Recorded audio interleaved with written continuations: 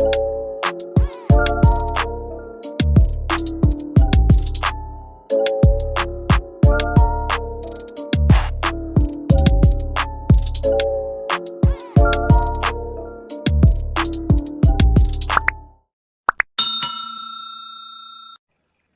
hello everybody and welcome to the Legit Crypto Lounge. This is a place where we're trying to give a place for people to discover the latest legit projects and connect real investors with real projects. Today we've got PETWARS with us and we're joined by Ashley, goes by the name of General, and we're also joined by Grizz, who's their community manager. So just give you a quick run through of how the structure's going to work. Meet the team, find out a bit about the background, experience. We'll run through the token itself, the utility and unique selling points.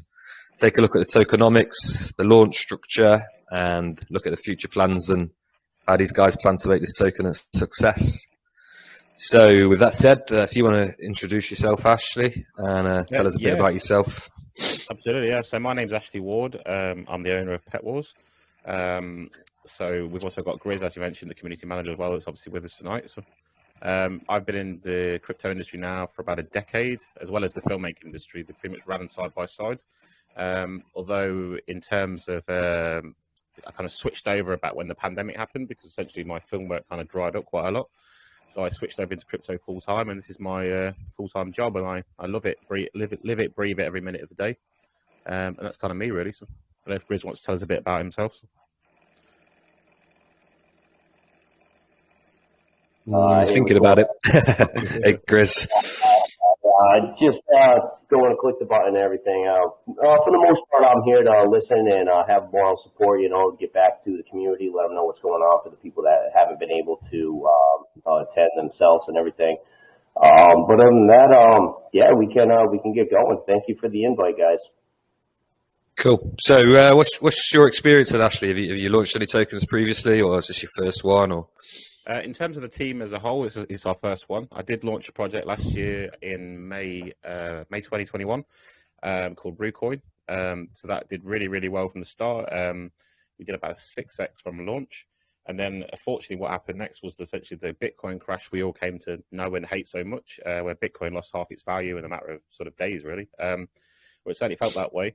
So we spent about 3 months kind of working on that project. We managed to get it back up to where it was, up to pretty much to an all-time high. But we had some issues with developers at the time, so unfortunately that project didn't work out. So what we did is we did what I don't think of any project's ever done this before. What we actually did is we refunded all the investors. Oh, wow. So we refunded about $200,000 in total, and a lot of them investors now in this project. We spent about 6 months. They were pretty much knocking on our door 24/7 saying, "Can you please relaunch?" But I didn't want to just rush this thing, so we went away. We gained new partnerships, which obviously we'll touch on later in the AMA, and we made sure that we've got a very, very strong team to make sure that doesn't happen again. And here we are now again with PETWARS, really. So. Yeah, awesome. So got the experience, and this is quite important, I think, to pick that up. So that's good. And in regards to your team, how many core members have you got? So core members, you've got myself, Carl, and Grizz. We've also got the game developers, which is a team that's 14 strong.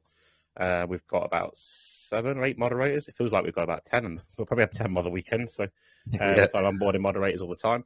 And then, of course, we've got our marketers as well. So we've got someone that handles our Chinese marketing, which is a strong team of about 11 individuals. They've worked with projects such as Unicrypt, PinkSale, and also Uniswap. So they handle our Chinese market. So yeah, kind of ever growing, ever kind of building on our partnerships, really. And how long have you guys known each other? In terms of the core team, or you mean the whole? Team? Just you can run through it however you see fit. So me and Carl have known each other quite a few years now. We're both from Leicestershire, kind of born and bred. Me and Grizz met about 2 or 3 years ago, because just before I launched the project last year, I actually had a lounge similar to yours, actually. It was very small, though, only about 400 people. We called it the Shitcoin Lounge, and I would give out advice to kind of avoid people getting scammed. I would look into projects, look to see if the developers dumping tokens on the sly, and just generally help people. And then that's what kind of birthed that project last year, really. So, and we met through that. So. Yeah, similar vision to kind of us then. That's kind of how this is set up. It was originally a bit of a private group, to be honest with you, and then we kind of went public, and it was just to help people and try and find good stuff rather than stop people getting scammed. So yeah, that's good. So film industry background then, so we're expecting some good trailers, I'm guessing, for the game. Oh, 100%, yeah. And that's what we did with our last project, and we're going to do even better this time around. So, in fact, our last project was actually a good indication of what's coming for this one. So, just before we had issues with developers on it, we actually signed a 12-month deal with Fox News and Newsmax to get our commercials on television. We did display them for the first 6 weeks of that deal, but obviously because the project closed, that obviously stopped. But we are still in talks with them now, and that is going to happen for this project. So we are planning a massive video marketing campaign towards sort of middle to end of August, and that's at the very minimum is going to be on Fox News and Newsmax. But we're also talking to streaming services. I'm hoping to go down the Amazon Prime route. At the very least, we can get some of the smaller streamers. So yeah, video is a big part of what we do because of our background, really. Yeah, nice. So, do you want to give us an overview of the token and what you're planning here? Yeah, absolutely. So, PETWARS essentially is an online trading card game. It's very similar to Pokemon or Yu-Gi-Oh! Also another project called Gods Unchained, which is like an online version of them. Essentially, it's going to be the first free-to-play game on the BSC space. So players can come in with no knowledge of crypto whatsoever. They can create an account with just a name and an email address. They can play the game, win rewards in the native token itself. If you want to obviously go down the route of buying the actual premium packs, you'll obviously earn a considerable lot more than what the free-to-earn players actually take. We're going to keep the cost of entry very low for those, though, because we want to make this game accessible to everybody. So our kind of access levels are sort of $25, $75, and $125 for the packs. Essentially, the way it works is you buy a pack of 15 cards, which will consist of sort of 10 playing cards and about 5 power-ups. It's a turn-based game. Initially, we play it against the AI system, but later on we'll have the online tournaments. And it's very similar to Top Trumps. I'm sure you guys probably remember that one from back in the day, being British yourselves. Yeah, so essentially you put a card down, the other player puts the card down. Each card's ranked on attack, speed, and defense. If your card beats their card, you would knock a life off them until you get their lives down to 0. And then essentially, if you won that particular round, then their card gets buried in the graveyard, and then you start with your next cards. There is an element of strategy to it because you've got to pick the right cards to start with. You don't want to use your best cards in the first hand. So it's really that is kind of the strategy element to it. But it's a very easy to learn, kind of easy to pick up game. So we've got to make that's very important to us to make this accessible to everybody. So, not only from the cost perspective, but also the learning perspective as well. Also, the other element to this is because the cards are all NFTs. So as you play, both you and the cards will essentially earn like an XP level. So you as a player will earn a level. So when we go down the online tournament route, you'll be battled against people with an equal level to you. So it keeps everything fair. But also the cards themselves, as you play, will earn XP and become more valuable over time. So if you decide after, say, 6 months, for example, you don't want to play the game anymore, not a problem at all. You can sell your cards on the marketplace to other players who don't want to go through that 6-month process of actually playing the game. We've also got a separate NFT collection that's going to come out before the game, which is a mint of 10,000 NFTs. These aren't for in the game. They're completely separate. They're kind of early concept art. And what they're going to do is they're going to act like VIP passes. So they're going to earn you kind of residual income from the game that you can basically stake these NFTs. As well as, of course, we're going to have traditional token staking as well. So if you don't want to buy an NFT, not a problem. You can just stake your tokens. But also if you want to essentially double your earnings, and you can stake them. The cool thing about these is they're going to have a multiplier. So essentially you have your base APY, which we've still not finalized yet. But let's say for argument's sake, it's like 20% APY. Then you'd have a multiplier on that particular NFT that you mint. It goes anywhere from 1 to 10. So if, for example, you mint a 4x multiplier on it, and that's what your NFT's got, then that you would have 4 times your APY on that particular NFT, and you would stake it in the same way you would a traditional token, really. So in terms of a free to play player, then they get started and they pick up the game and they get like a free pack of cards, I'm guessing, to get them started. Is that right? That's right. But the only difference between the free to earn players, well, there's 2 differences. One is the fact they don't own the cards. So the free to earn players, their cards can only be used in the game. They can't be taken onto a marketplace and sold. So they don't own. You only own the cards when you buy the actual cards themselves, because essentially they're the NFTs. And of course, the earnings for the free to earn players are a lot less as well. And there is withdrawal limits on the free to earn players to stop everyone coming in playing for free and cashing out a mass amount of tokens. And how far are you with the development of the game at the minute? It's very early stages at the moment. So we've signed a 12-month contract deal with Cubics. That's who our game developer is. I don't know if you guys have heard. I'm pretty sure you probably have. So So they're very big in this space. They work on other big projects. Probably the most notable is Micropets. They've just actually started building their Petropolis and their metaverse. So yeah, very big developers. That's essentially who our game developers are. And we're kind of at the early stages of that. So the game is actually scheduled for release in Q4, but it's early Q4. So we're aiming to get a beta release out on sort of end of August, early September. And then we're going to put it into the hands of as many YouTubers as we can do. But we're going to aim at, obviously, a gaming YouTuber as opposed to crypto YouTubers. And we're going to essentially use a content creators fund to incentivize them to talk about the game, to make review videos. And essentially, we're going to have our early beta testers as well, which are NFT holders. So anyone that holds an NFT can get early access to the game as well. And then from there, we're going to push that October launch for early Q4 and start rolling the game out, initially with the AI system and then online tournaments shortly after that. Cool. So this contract with Cubics, have you had to pay out for that? Yeah, it's already done. It's already in the works. They've already started work on the game. So, but obviously it is early stages, so that's why we haven't got a game at this stage. But I see all these other projects. I mean, obviously I know some people may think, 6 months is quite a long time for a game. Obviously, I'd like to see a demo of it.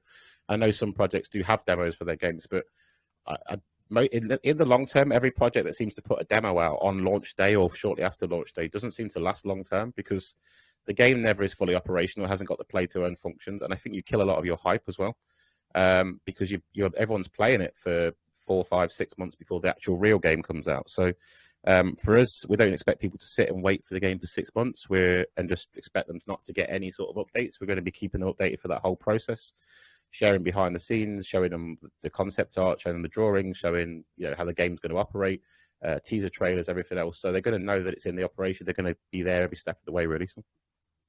So your plan is to kind of build up the hype, I guess, with the trailers and stuff. Do you think it'll be enough to combat the wait for the 6 months? I believe it will be, yeah. Especially with our partnerships we've got in line and the different things. We are going to be pretty going all out with this, to be honest with you. So, especially on the video commercial side. So, I've seen other projects where they wait more than 6 months for something that's not even that substantial. So, I mean, as long as we keep the community updated, I don't think there'll be an issue. So. Yeah, so I mean, it's pretty good to have a concrete contract with Cubics already. I mean, before you've even launched, it's pretty solid. Yeah. So how many did you say they've got developers working on the game for you? It's 11 in total. 11. Okay, cool. So keep them busy then. Yeah. So why PETWARS then? Why have you decided to run with this idea? Yeah, so obviously traditionally trading card games are more kind of fantasy based, and they kind of fit into quite a niche market. Although, don't get me wrong, they have massive markets. I mean, Gods Unchained, which is probably the closest to this game, that has a player base of about 250,000 players. I think it's been live for about 18 months now. So even in that kind of niche category, there's still a lot of people out there with that demand. For us, it was about making something that was a little bit more kind of more consumable for the general public. And I think everyone can relate to the fact, most people have got a pet in their home, whether it's a cat, a dog, exotic. We have catered for all them aspects as well. We're not just doing cats and dogs. So I think it's just about having fun. It's a fun game, and I think we've done a pretty good job with our branding as well. And that's what we want to do in the long term. It's not just about building a game. We want to build a brand, really. So, and we kind of play into that cartoon kind of fun aspect. So. Cool. So when you first start the game, then is it possible to earn PETWARS token? I'm presuming you earn in PETWARS token, right? That's right. Yeah. Is it possible to start earning money as a free to play player? Yeah, it is. Yeah, obviously your earnings are going to be quite small in comparison to someone that obviously pays to play the game, and there will be limitations on withdrawals, things like that, because obviously there'll be like a withdrawal wait time, for example, and you have to build up to a certain amount before you can withdraw the funds. But yeah, you can start earning from day one. So how does it benefit you to buy these NFTs then? Does it make it quicker? Does it make it that you can get further on in the game to earn more? Or yeah, so there's a number of perks to buy the NFTs. One is the fact that, let's say, for example, you come in and you play for 6 months for free. Yes, you will earn money, but you won't earn it nowhere near as much as what a play-to-earn player is. And if you're going to put the same hours in, you may as well, take the leap and spend $25 on a pack of cards, because then you're going to do the same amount of hours as what a a paid player is putting into there, but you're going to earn a lot more money. But also as well, it's the fact you own the cards, and they're going to have resale value. So for me, I think it's a no-brainer. If you come in and like the game and you're willing to put the time in to learn it and play it, you may as well take the leap and become a paid player. Yeah, definitely. So when it says here, you can obviously mentioned earlier that you can stake to earn your tokens. So you're staking your NFTs, right? Yeah, they'll be staking for tokens as well, but we're also going to be able to stake the NFTs. So, and the way the NFTs are going to work in the long term is that when the game is released and we're actually earning an income from the game, essentially that's what's going to be paying our NFT holders a residual income. So, and one thing we've made to be different with this is about sustainability. So with other projects, there's always a bit of an issue around staking because they take sort of 20-25% of supply, they put it into staking pools. Everyone's happy until about 3 months down the line when they all start unlocking. And then, of course, you start seeing massive crashes because there's no liquidity to kind of back up these tokens. So what we're doing a little bit differently is we've got our buyback wallet, which is part of our tokenomics. Most people do a buyback and burn, which we may do the odd one ourselves, but we're actually doing it more for the tokens for sustainability. So when we start seeing our staking pools becoming reduced in tokens, we'll do manual buybacks, which will obviously increase the price floor, but also take them tokens and put them into the staking pool. So we're not trying to reinvent the wheel. We're just trying to think of different ways to make this sustainable in the long term and to avoid some of these pitfalls that other projects have gone through. Yes, just kind of get a cycle going with the buybacks then. Yeah, absolutely. Yeah. So, yeah, that's cool. What were the prices of the packs again? Starting at what was the pricing structure of them? 25, 75, and 125. So. And when you stake these NFTs, are they still playable or are they locked out of the game? Yeah, so the NFTs that you can stake are the ones that you've got on your screen now. They're actually like the concept art. So they're not the cards. Right. They're just like I understand. Yeah, they're separate. Yeah. So they are 0.5 BNB each. And you just buy them, you own them for life, and then you can either just hold them or stake them, or whatever you want to do with them, really. But like I said, they will give you access to things further down the line as well. So. Yeah, that's interesting. So, do you want to move on to the? I don't know, Mark, have you got anything to touch on with that? Actually. Yes. Can you hear me? Okay. Yeah, you're fine. Yeah. Cool. Yeah, I was just going to ask about your target market. Yep. Yeah. No, sorry, let's finish your question. I didn't mean to jump in. No, that's right. Yeah, I was just going to. Yeah, could you expand on who that is? I think that's really. I mean, I do think that the Chinese market is going to play a big part into this game because they do love their trading card games. Obviously, everybody does. It's not just the Chinese market, but it's very big in China. That's one of the reasons why we've made sure to set up a Chinese community early on. It's only been live for about 5 days now. We're up to 600 people in there. We're also just set up Weibo and WeChat, and we've just started a marketing drive over in China. So this is obviously going to run inside our kind of English community. So yes, I think our target market essentially is everybody, but I do think it's going to be quite strong in the Chinese market. But I think this game targets most people. I don't think it alienates anybody as such because of the branding by keeping it. Because it's kind of borderline meme. It's not a meme project, but it has kind of got that fun meme branding to it. So, and I think it will appeal to quite a big audience, to be honest with you. Yeah, I agree, and I'm glad you mentioned about the Chinese market because, like you say, trading cards are massive over there, and it does feel like the right move to put a lot of attention over there. Is there anything specific marketing wise that you're going to do? Yes, we've got Chinese influencers that have already been promoting us over there. And we're also doing articles in Chinese press releases, essentially banner campaigns, etc. We're just kind of slowly building it up, really. So we did contemplate doing it after launch, but as you know, people don't tend to like invest into things sort of a week or two after it's live because they want to feel like they're getting into the ground early. So I think it was important for us to set this up before we even started our pre-sale so we could start getting some good traction over there. And if you've got a nice foundation of loyal holders that have got taken part in that pre-sale, that will help kind of really make that growth happen faster. Yeah. Okay, great. And I noticed on the website you've mentioned about AR game and metaverse. Are those things that you're looking to do? Obviously, further down the line, once you've got your battles and everything, and a bigger user base. Yeah, 100%. Yeah. So, I mean, our contract with Cubics has been signed and it's over a 12-month basis, but the game itself is going to take about 6 months. The second version of the game will be about 2 or 3 months after that. So that then leaves us kind of a 4-month buffer window, a part of that contract to start releasing expansion packs and stuff onto this part of the game. But then, of course, they'll then start building a new contract around that towards the AR side of things as well. So I really like what they're doing with micropets, with their PETWARS. I don't know if you see the trailers for that. It looks pretty awesome, to be honest with you.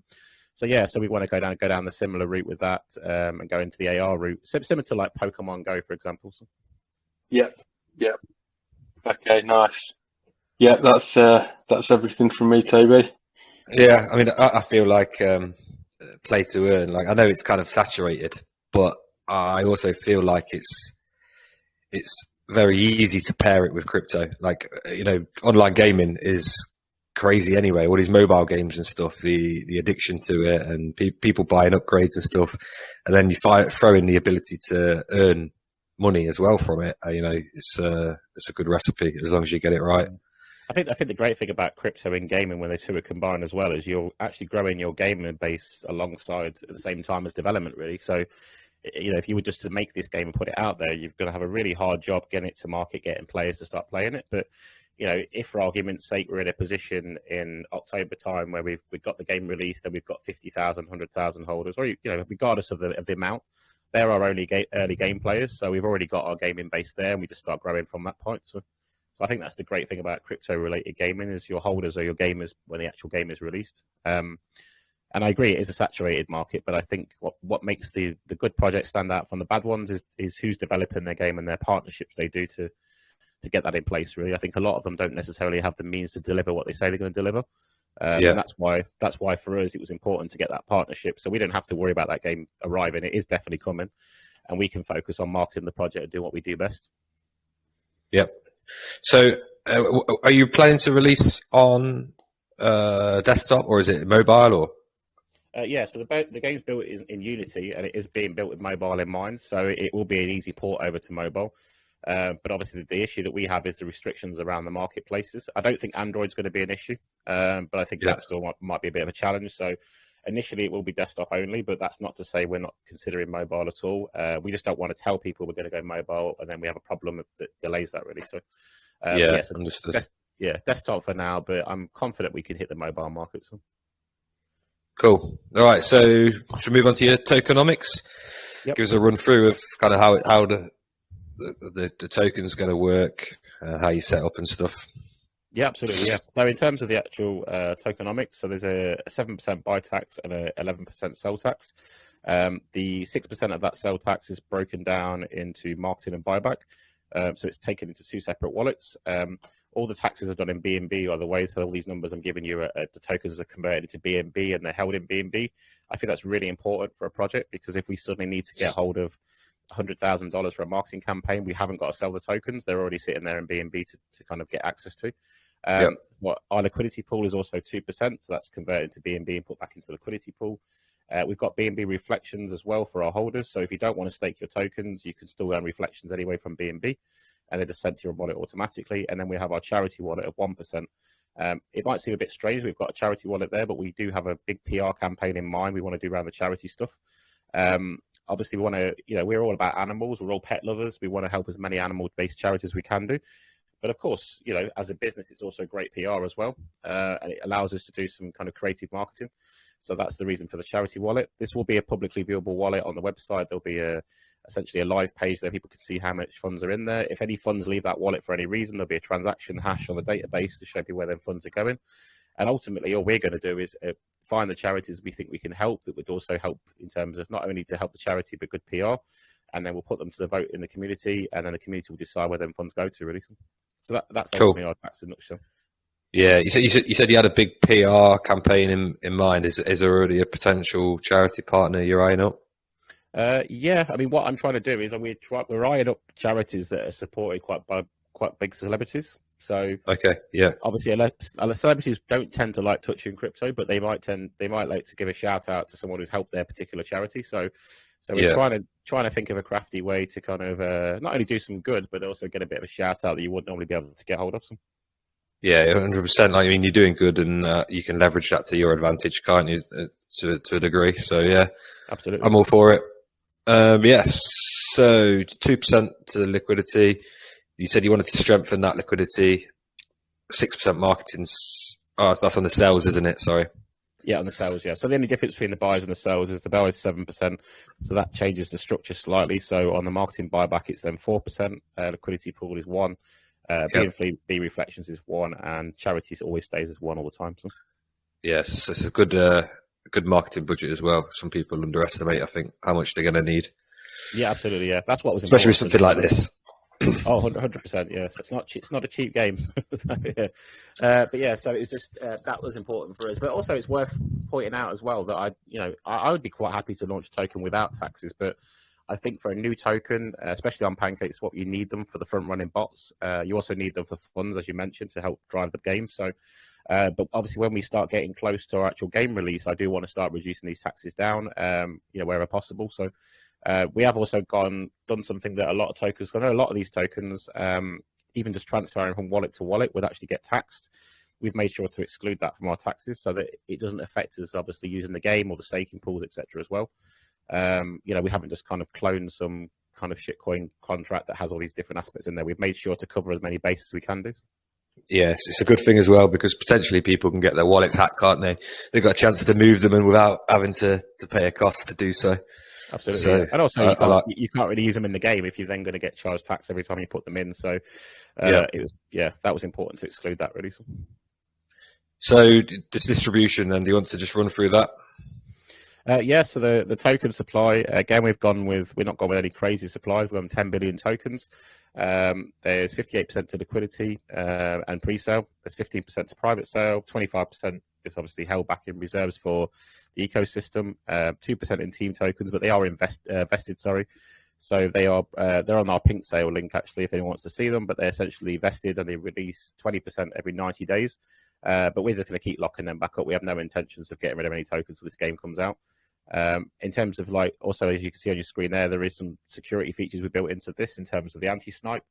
It's very, very important, especially in this day and age. So we've got anti-snipe built into our contract, which works in unison with the PinkSale anti-bot on their website.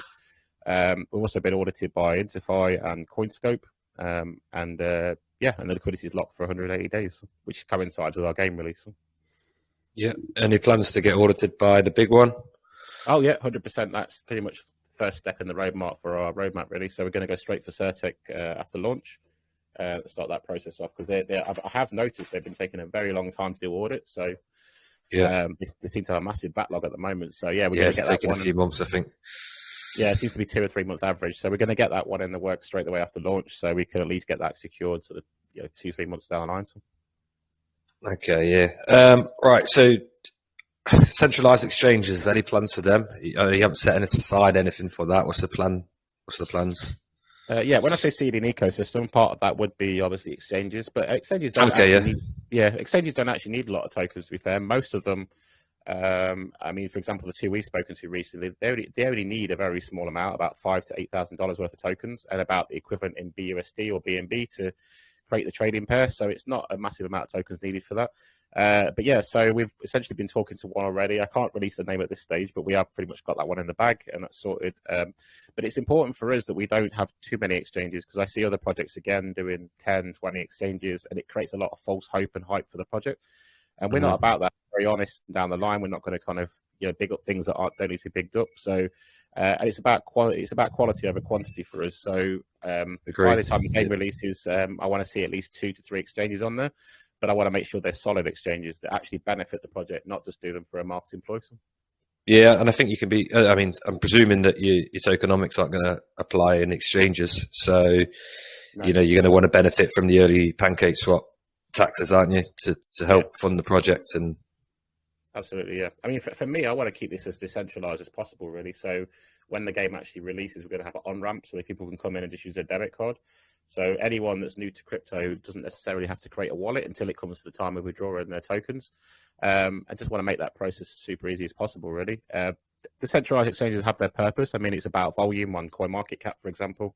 And it's also about those that want to trade them on that market, and also gives the more exchanges you get in the early stages and the more volume you get, of course, you can then approach the big dogs, later on down the line. So they do serve their purpose, but I do think they get used in the wrong way sometimes. Yeah, I agree with that. Definitely creates a bit of a pump and dump culture in itself, I think. Yeah, Yeah, we all see it. Everyone kind of talks about, oh, we're going to get an exchange this Friday. Everyone starts buying it, expecting the price to go crazy. The exchange listing goes live and nothing really happens. So, yeah, we're not going to do any of that sort of stuff at all. Just run an honest project, really. So have you got the ability to change any of these taxes? I haven't looked at the contract in too much detail. Yeah, we have got the ability to change the taxes, but again, another thing that we put in the contract that was very important to us, which is on our audit report, is our max possible taxes are hard coded to give people the peace of mind that we can't stop trading, for example. Because obviously, again, that's something that's happened in the past with projects. So our max hard coded transactions are 11% and 7%. We can never go higher than what they are. We can only take them down. We can obviously adjust them, so we can adjust which aspect of that. So, for example, we could take the marketing wallet down to 5%, but increase the charity wallet. But we can't make the total taxes over 11 and 7. So. That's good. And you mentioned PinkSale, didn't you? So is that where you're having your pre-sale? Yeah, so we're having a pre-sale on PinkSale, which is tomorrow night, actually. It's on April the 6th, 7 p.m. UTC, which is our time is 8 p.m. British time. So. And our launch time is the 9th of April, again, 7 p.m. UTC. So. A good night's sleep for you tonight, then, actually. Absolutely, yeah. I get a rest. So, what's your plans with their 2%? Then have you spoke about that yet? Say again, sorry. The PinkSale's 2% token allocation. I have spoken to PinkSale about that, about obviously potentially buying them back. Obviously, yeah. But yeah, obviously we haven't had any concrete plans with that one yet. So, but I mean, it is what it is. Unfortunately, with PinkSale, I mean, a lot of these launch pads do take 2% as well. It is pretty standard. So, I mean, I have seen other people try and avoid it by going on to different launch pads. It was a great project actually 5 or 6 days ago. I'm a big fan of, and they had all the hype. They did the AMA tour, and they tried to launch on a launch pad that was not so well known, and they had nothing but technical difficulties. So. Right. Yes, you know, it's a high price to pay, but I think ultimately you get that peace of mind that the pre-sale will go smoothly, and so will the launch as well. So. Yeah, understandable reasons.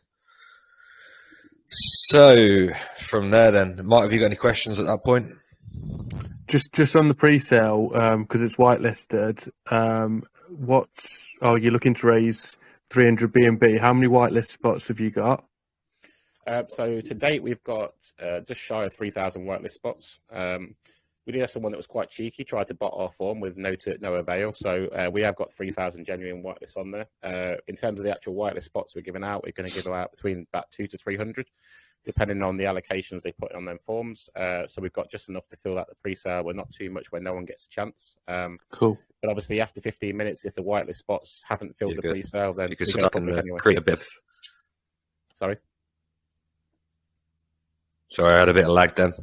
Oh, okay. Yeah, so it's good. Yeah, sometimes oversubscribing that whitelist can create a bit of frustration, can't it?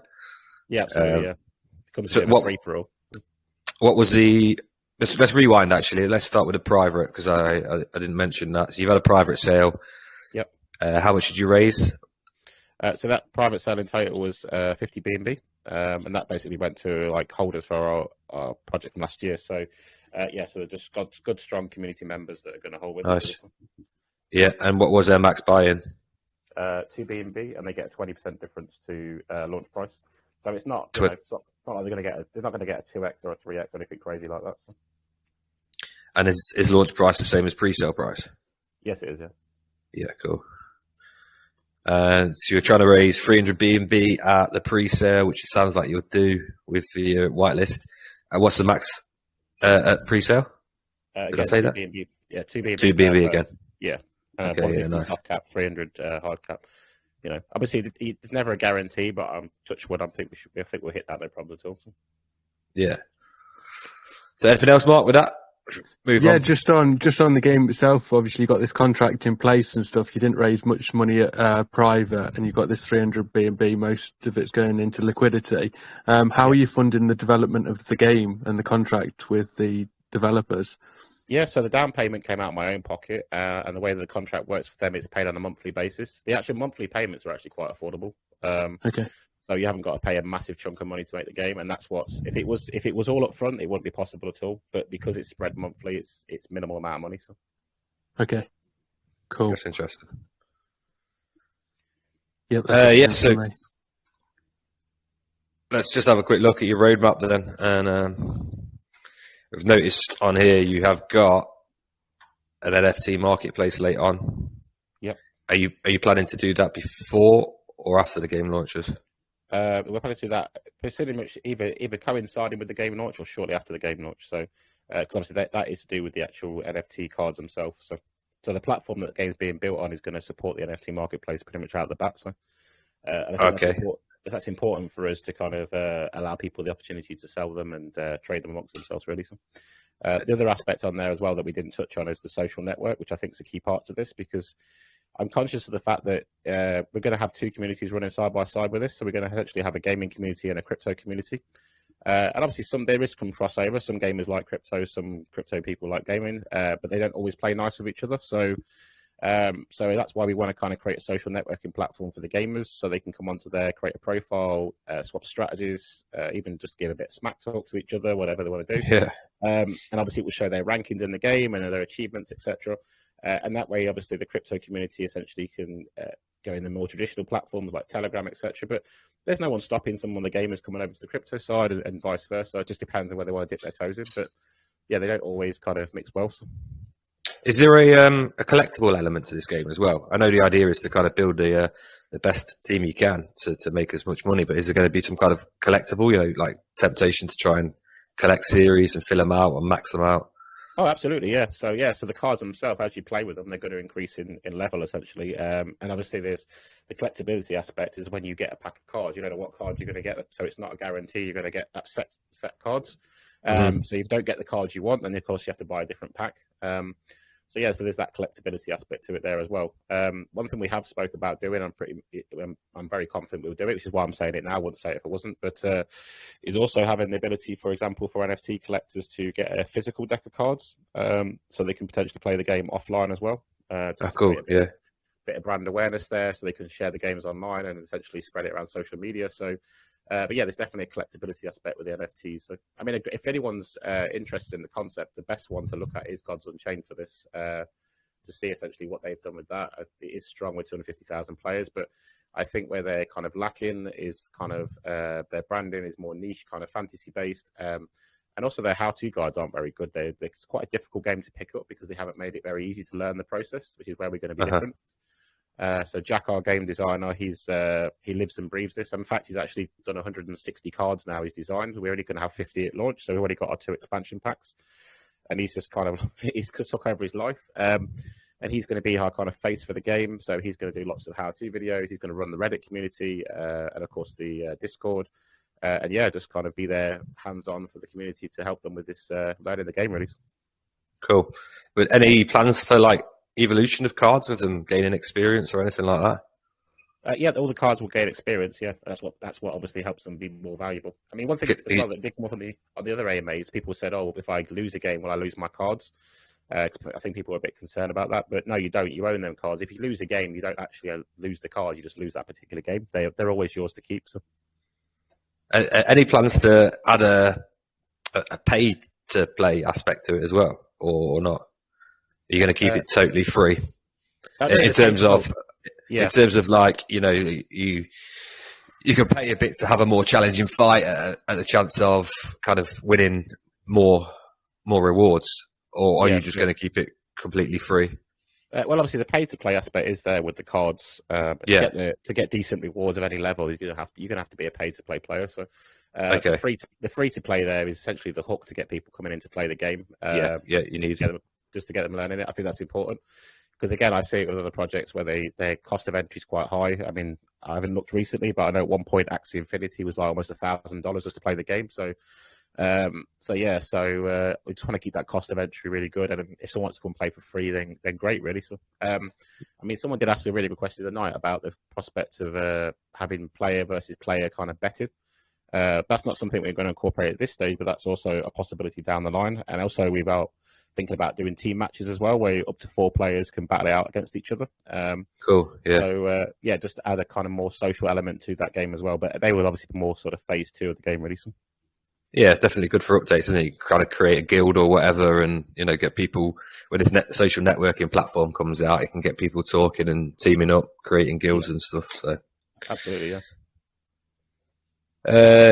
Yeah. So what are your plans for marketing then? How are you going to go at this? I see aggressive marketing there. Do you want to expand on that a bit? Do you want to talk about your marketing as soon as you come out the gates, going up to obviously Q4 when your game comes out?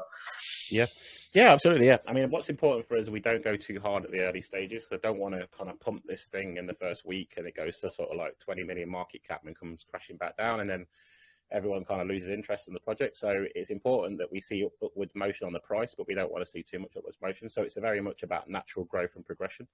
So in terms of our marketing, we've kind of done most of our marketing for the pre-sale really just been AMA lounges, essentially banner ads, and stuff along them lines really. But in terms of the marketing straight out the gate, we've got some influencers in place. We're doing a massive press release to make a big loud noise about our partnership with Cubics. So we're going to go down like the Yahoo Finance route, have a big marketing campaign around that. So probably have about 20 to 30 press releases. Obviously there's also the trending routes set with the sort of DEX tools trending, core market cap trending, which we want to push for.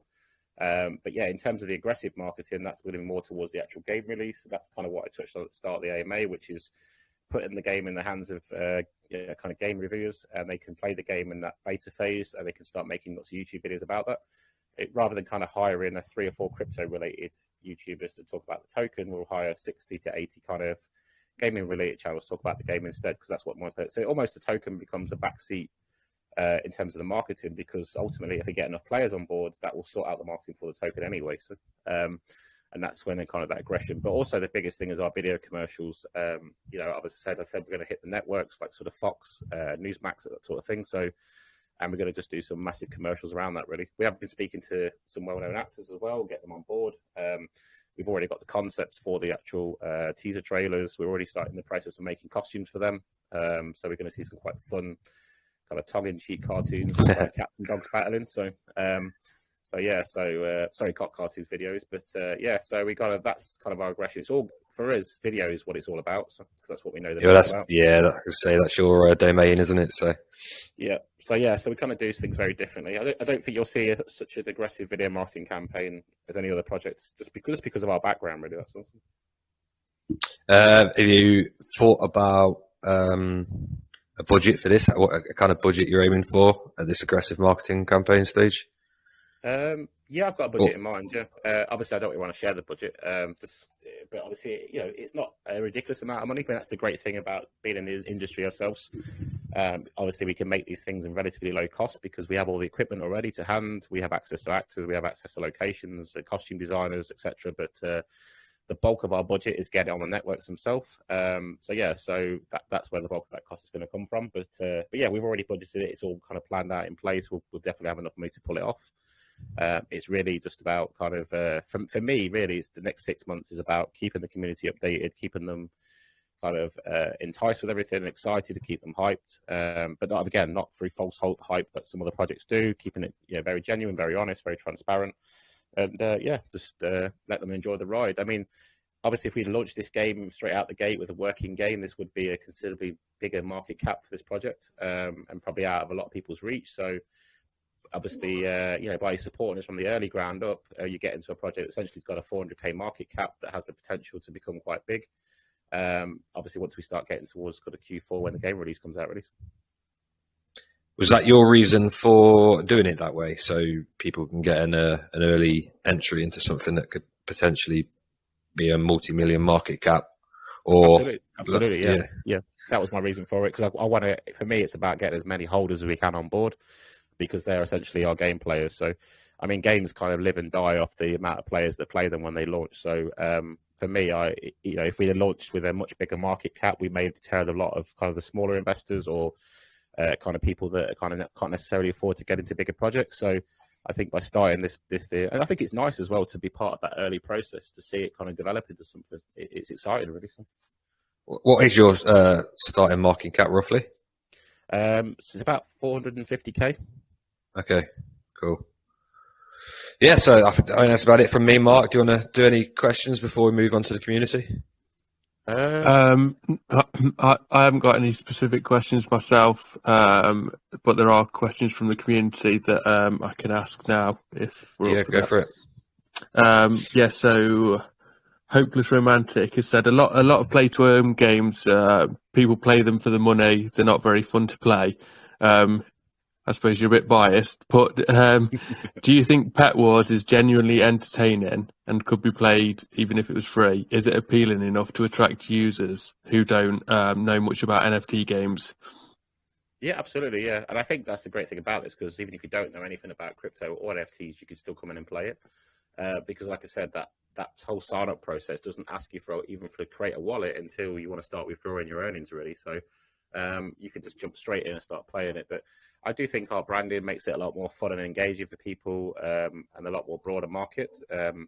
And also our animation sequences that we've got in place for the game as well. It's not just going to be a kind of boring card down. There's a lot of animation going on. There's a lot of kind of interaction with the actual cards themselves. So yeah, just keeping it engaging, colourful and fun, really. Okay, I've got a follow-up question just in terms of the security of the game, and because I know a lot of games have issues with people obviously cheating to get high scores and stuff. Is that a concern for you guys, or is that not the way the game's played out? Obviously, it's always a concern at the back of our mind, and it's something we've had to take into account, obviously, when we're designing the game. But it's not really a concern at this stage because we have got measures in place to kind of combat that. But in all fairness, it's not the type of game that you'd be able to easily cheat on anyway, because you can't really fool the NFTs and fool the cards because of the way it works. Yeah. So you're only going to get them levels unlocked by actually playing the game and getting to that stage, really. So. Yeah, I figured that. Yeah, because I was thinking more like Pac-Man style games where people can cheat the high scores. But yeah, yours isn't that style of game, is it? So it's going to be a lot harder really, to cheat. It's about the amount of hours you put in for this game that's going to get that unlocked. So you can't really get around that, really. So. Yeah, cool. Okay. Anderson's got the question. What made you come up with the name PETWARS? Great question. I actually don't know, to be honest with you. It just came to me one night. We were all brainstorming ideas for weeks about, kind of what was this game going to be like, and it just kind of came to one night about PETWARS, and it just stuck. I really like the name, and I think it relates to that bigger audience, and because most people have pets in their home, so. Yeah, it just once that name got dropped in the hat, it was almost like a eureka moment. We just kind of ran with it from there. So. Yeah, nice. I do quite like the name. To be fair, it's pretty good. Yeah. So follow up. Go on. Did you want to say something, Toby? That's what I was just going to say. It's nice and simple, isn't it? To the point. Yeah. Effective. Yeah. Follow up question. Ambassadors play a very important role in every project. Do you have an ambassador program? If yes, how can Anderson become one? Yeah, he's welcome to DM me if he's got a channel. We can certainly talk about that. But yeah, that's what I touched on earlier about the Content Creators Fund. Obviously, I called it slightly differently, but that's what I was referring to with ambassadors. So for us, it's about getting in the hands of as many gaming YouTubers as possible. So they are essentially our ambassadors, but. I don't want to kind of keep this closed into just one or two. I want to open this up to as many as possible because I think it creates a much more effective viral campaign to have sort of 60 to 80 channels talking about your game. And even the little guys, with only 5,000 subscribers, right up to the big boys with sort of 250 plus, we want to make sure that everyone gets a chance to play it, talk about it, and introduce their audience to it, really. Yeah, cool. I'll just take one of the questions from the VC. Got Mohammed has got his hand up, so I'll unmute you now. Mohammed, go ahead, unmute yourself. Hello everybody. Hello, Mohammed. How you doing? So I'll just be fast with my questions. So what really brought the motivation of the PETWARS introduction to Boss Ashley? And can you tell us more about the game concept and its mechanics? So what was the first question? Sorry, about the concept of the game, was that all? Can you tell us more about the game concept and its mechanics? Yeah, absolutely. Yeah. So essentially, it's a turn-based game where essentially you have a pack of 15 cards. You choose the cards you want to play for that particular match, and then you would choose them based on their rankings, attack strength, and defense. And ultimately, the player either you would go first or the other player would go first. They'd put their card down. You'd put your card down. Each card has a life from 0 to 20. So if you win, if your card outranks their card, then of course you'd knock points off their life. So let's say, for example, their life is 20 and your attack level is 6. That would knock 6 points off their life down to 14. and you continue to battle it out with your cards until eventually you take one of their cards down to 0. It goes into the graveyard, and then you would continue that until basically whoever's got the cards left in their hand and the other player's lost all their cards, you've won the match. That's a question. Yeah, it's answered. Thank you. Got someone else with their hand up in the VC. Got Arctic Monkeys. Go ahead, mate. Unmute yourself. Ask your question. Yeah, hello. Can you hear me, sir? Yeah, we can hear you fine. Yeah. My question is, PETWARS is a play-to-earn NFT game, but most NFT game only focus on profit, as this one the major attraction of blockchain game. My question is, does PETWARS focus more on the player experience in and out of the games to create balance for play and winning, and from a startup platform to a mainstream project, being a pioneer in the industry? Does the team anticipate the many new startups will show up and communicate? Thank you. That's a great question. So I completely agree. A lot of games are more focused on profit. Obviously, we did touch on the kind of community building aspect of this with the social network for gamers. For Wiz, we're not really profit orientated. We're more about building the community of the gamers themselves. That's the strength that this project will live and die from its community, essentially. So it's very important for us that we make sure that community is strong, such as having the social network there for them to communicate with us, each other, and also having essentially lots of how-to guides, video tutorials, etc. So for us, our focus is 100% on the gaming community as opposed to the profit of the project. And of course, I think the profits will come automatically if we go down that route. Good question, Arctic. Thank you. Is there any more text-based ones, Mark? Yes, there is. Yeah. So Logic has said that a lot of players you play to earn games as a source of livelihood. So with that being said, what are the ways through which players can earn incentives and other benefits from PETWARS? Yeah, absolutely. So I mean, to be clear, obviously, because the cost of entry on this game is obviously lower than most projects. Obviously, as a result of that, the earnings are also going to be lower as well. So you're not going to necessarily be able to earn a living from playing this game, but you'll certainly be able to earn a nice side income, additional to your, obviously, whatever income sources you have. So in terms of playing the game, I wouldn't want to put a figure on it because it's going to depend on how many hours you want to put into it, but you'll be able to make a considerable side income. But in terms of the actual project itself, whether it's the staking of the tokens or the NFTs, of course, you can earn a residual income there as well. So, especially with the NFTs aspect. So, the way we look at the NFTs, as in the stakeable NFTs, we don't want to. I've seen other projects do it where they release about 5 different new NFT sets, all the time, because it's almost like milking everybody out of their money. This is a one-off set of NFTs. We'll never mint another set ever again.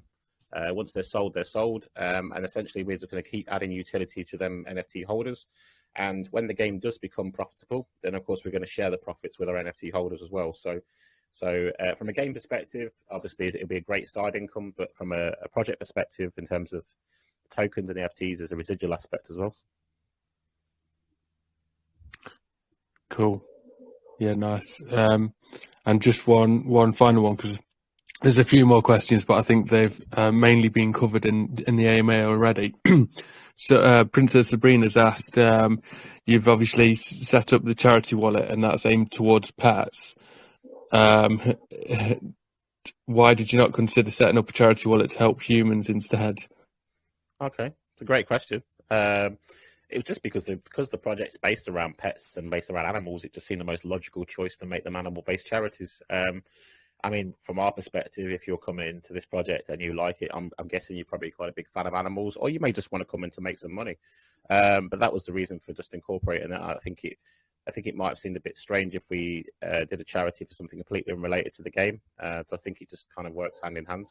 But that's not to say that if the community demands something completely different, then we won't go down that route. If all of a sudden the community proposes a completely different charity option and enough people vote for it, then we're all ears and we'll change that. So, and that's, as I said before, that's the important aspect of the charities. Our job is to vet them to make sure they are genuine charities and the money's going to the right causes. But ultimately, in terms of deciding where that money goes, that's down to the community, really. Mm-hmm. Yeah, like you say, it's you're doing PETWARS. It makes sense to do pet-related charities, and pets are super important to people and stuff. So it pulls on the heartstrings that way as well, and will help with the community and charity funding that way. Sure. Yeah, I think that's everything from the text questions. Okay. Awesome. So I don't know if you've got a for finishing statement. Would you have anything you want to say before we sum up? Yeah, sure. Can we? Yeah. Sorry, Excuse me. Emma. Okay, can we take a final question from the VC? We have Philly raising his hand. Sorry, man. Didn't see that. Thank you. Go on, Philly. You can unmute yourself, buddy. Great. Can you hear me well? Hi, Philly. Hey. So my question was, do you have any information about the technology used for the game, for building the game? In terms of the game engine, you mean, or? Yes. So what is your team gonna use to actually build the game? Yeah, so the game is basically built on Unity. But in terms of the mechanics of the building of the game, that is more for the game developers. I'm not a game developer myself. That's why we hired Cubics to do the game development. But obviously, in terms of the domain engine, it's Unity based, and it's built with both desktop and mobile in mind. But initially, we're going down a desktop route to start with, and then hopefully at a later stage, we'll start thinking about the mobile options. Okay, great. Thank you. Thank you. Thanks, Philly. Yeah, so if you want to finish your statement, Ash, there's one question that we like to ask after you summarise. So we'll let you go ahead and go with a finishing statement. Yeah, absolutely. I don't know what to say in this situation because this is not my natural right, thing. You've done 9 AMA tours now, Ashley. You should be prepared for this. I should be an expert, yeah, but I'm not a natural public speaker. That's not a bit. Although I'm getting the hang of it.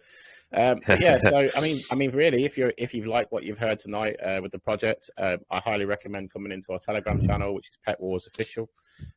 We have got pre-verification, so if you suddenly kind of land on a different page, you think, well, I'm not in the group, don't be concerned. It's just essentially like a capture you have to go through to get into the group. But yeah, just join our Telegram. It's always kind of popping off in there, especially now we're starting towards pre-sale, which is the 6th of April at 7 p.m. UTC.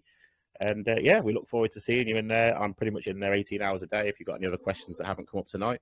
Yeah, and I just hope to see you over there, really. Thanks, Ashley. So there's one more question we like to ask in the Legit Crypto Lounge.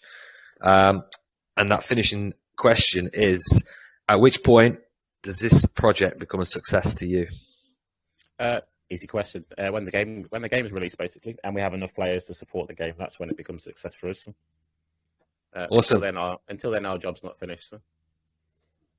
Good answer. All right. Well, thanks very much for coming in to do the AMA. Appreciate it. Thanks for having us, really. It's been a blast. Good luck with the pre-sale and everything. That's tomorrow, isn't it? Do you want to just repeat that one more time? Yeah, so that's tomorrow at tomorrow at 7 p.m. UTC. It's these time zones messing my head up. Yeah, so tomorrow at 7 p.m. UTC, which if you're from England, it's 8 p.m. Our time. So yeah, we obviously are whitelisted at the moment. There is still time to fill the whitelist form if you want to. So if you head into our Telegram, we've got the whitelist form in there, or you can go to our website, which is petwarstoken.com. We have the whitelist form there. It is going to be done on a raffle basis. So, just by completing the form doesn't guarantee you a slot, but we'll run a raffle about 2 or 3 hours before the pre-sale. And then essentially the whitelisters get the first 15 minutes. After that, we'd open up to the public. So if you don't get a slot, don't be disheartened. You'll still have a chance if you haven't sold out in that 15 minutes, really. Perfect. Thanks very much, Ashley. No problem. It's my pleasure. And Chris, thanks for supporting. Thanks, Ashley. Thank you, mate. I'm going to stick around for the giveaway if that's all right.